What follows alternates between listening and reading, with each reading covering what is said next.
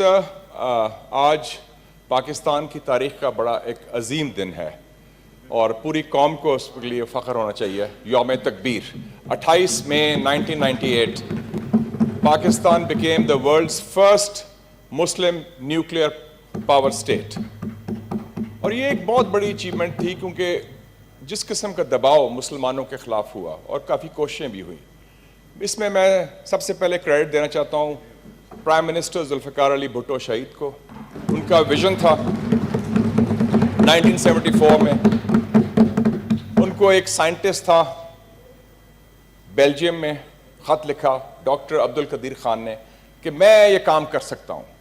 اس خط کے جواب میں انہوں نے اس کو بلایا. انہوں نے کہا جی کیا کرنا چاہتے ہیں کہ جو فیسلٹیز دینا چاہتے ہیں. تو ان کو کریڈٹ دینا چاہتا ہوں. دوسرا کریڈٹ میں دینا چاہتا ہوں ایک اور بڑی شخصیت ہیں جن کا کنٹینیوسلی بڑا رول تھا جن کا ذکر نہیں ہوتا, غلام اسحاق خان صاحب.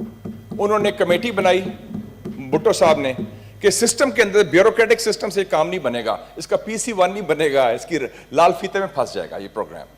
انہوں نے غلام اسحاق خان کو چیئرمین بنایا اس کمیٹی کا. اس کے ممبر تھے AGM قاضی صاحب جو سیکرٹری جنرل فائنانس تھے اور آغا شاہی صاحب جو سیکرٹری جنرل فارن افیئرس, اور اس کمیٹی کے چیئرمین وہ تھے. اور 75 سے لے کے 1993 تک یہ کمیٹی چلتی رہی نیوکلیئر پروگرام.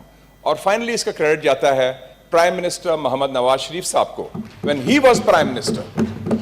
اور جس دن یہ فیصلہ ہوا 11 مئی کو, مجھے شرف حاصل ہے کہ اس فیصلے میں شامل تھا اور میں موجود تھا. 11 مئی کو ہم الماتی گئے تھے قزاقستان. میں وزیر اطلاعات تھا, وہ پرائم منسٹر تھے.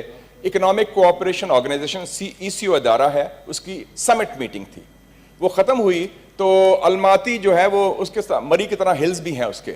تو میاں صاحب کو بڑا شوق ہے سیر و تفریح کا, پہاڑوں کا. ان کا چلو سیر کرتے ہیں. تو وہ ہم گئے ہلز میں تو میسج آنے شروع ہو گئے MS کے کہ بڑی کوئی ضروری بات ہے. 11 مئی 1998 اس دن ہندوستان نے ٹیسٹ کیا تھا, ہمیں نہیں معلوم تھا, سیل فون زمانے نہیں تھے.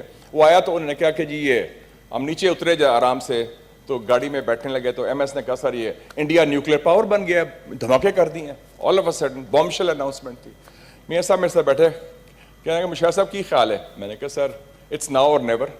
یہ بڑا اچھا موقع دے دیا ہندوستان نے, ایک اپرچونٹی, ورنہ ہم مسلمان ملک کے نہیں دیں گے. میں کہا میاں صاحب کڑا کے کٹ دیو, جسٹ ڈو اٹ.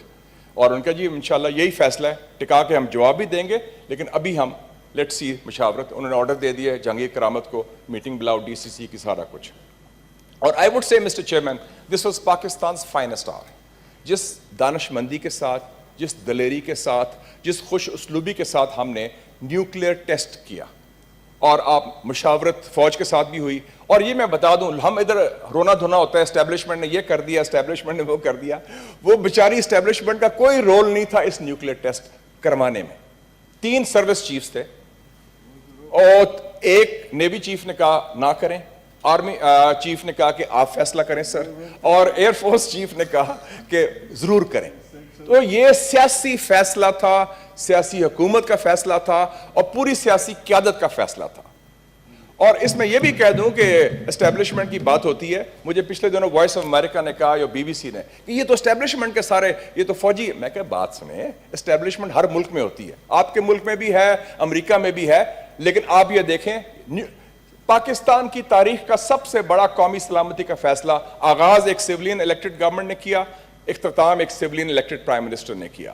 اور میں نے کہا اس کے علاوہ 2 فیصلے اس کے بعد ہوئے ہیں جو سیولینز نے کیے ہیں. سلالہ, پرائم منسٹر یوسف رضا گیلانی صاحب تھے, پارلیمنٹری کمیٹی تھی نیشنل سیکیورٹی کی رضا ربانی صاحب کی قیادت میں, میں اس کا ممبر بھی تھا. سلالہ پر امریکہ نے ہمارے 24 فوجی شہید کیے نومبر 2011 کو. ہم نے وہ بند کر دیا ان کا سارا سپلائی لائن.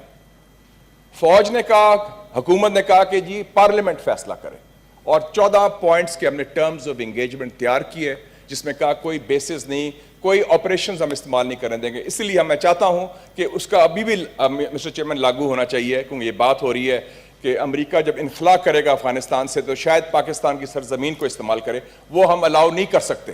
وہ وائلیشن ہوگی پارلیمنٹ کے مینڈیٹ کی جو 12 اپریل 2012 کو پارلیمنٹ نے دیا تھا, اور ہماری کمیٹی نے جو 14 پوائنٹس دیے تھے اس کی وائلیشن ہوگی. اور پھر آپ کو یاد ہوگا یمن, اپریل 2015 میں ہمارے PTI کے دوست بھی شامل تھے, ڈاکٹر شیرین مزاری تھی ان کی طرف سے, اعتزاز احسن تھے, میں بھی تھا جنہوں نے ڈرافٹ کیا تھا ٹرمز آف انگیجمنٹ, اور اس کو رولنگ پارٹی نون کی تھی, ان کے بھی لوگ تھے.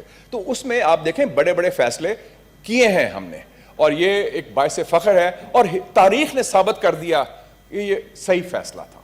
پرائم منسٹر نواز شریف کو 5 دفعہ فون کال آئی کلنٹن کی, $5 ارب آفر کیا, یہ بھی کہا کہ آپ آئیں, آپ کو ہم بڑی آؤ بھگت کریں گے, سارا کریں گے.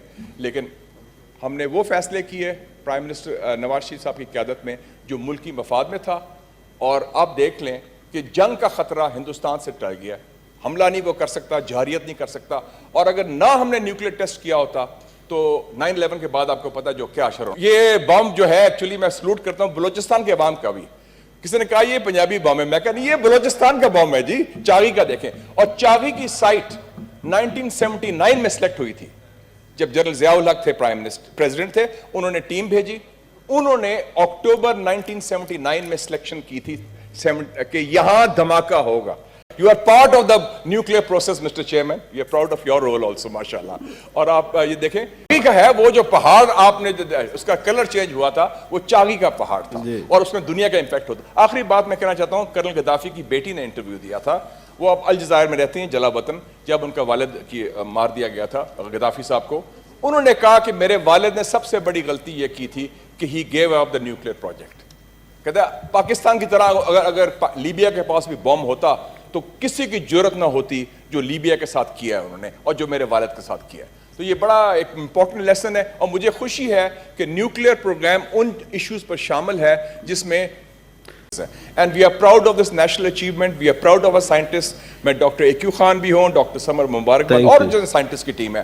تو پاکستان کی اپنی اچیومنٹ ہے, it's a made in Pakistan.